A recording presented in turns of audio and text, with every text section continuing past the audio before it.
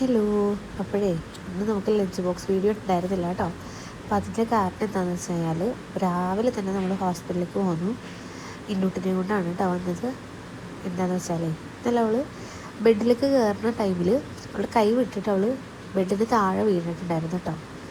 അപ്പോൾ ഇന്നലെ ഞങ്ങൾ ഒരു അടുത്തുള്ള ഹോസ്പിറ്റലിൽ കൊണ്ടുപോയിട്ടുണ്ടായിരുന്നു. പക്ഷെ രാത്രിയായപ്പോൾ അപ്പോൾ ഈ സ്ലിങ് ഇട്ട് തന്നിട്ടുണ്ടായിരുന്നു.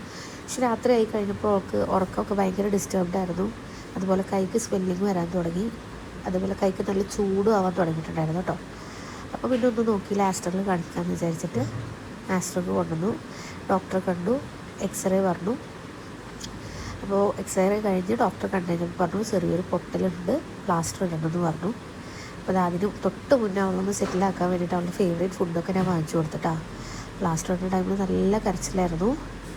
ഫൈനലി പ്ലാസ്റ്ററൊക്കെ ഇട്ട് നമ്മളിത് ആ ഹോസ്പിറ്റലിൽ നിന്ന് പോകുന്നു കേട്ടോ.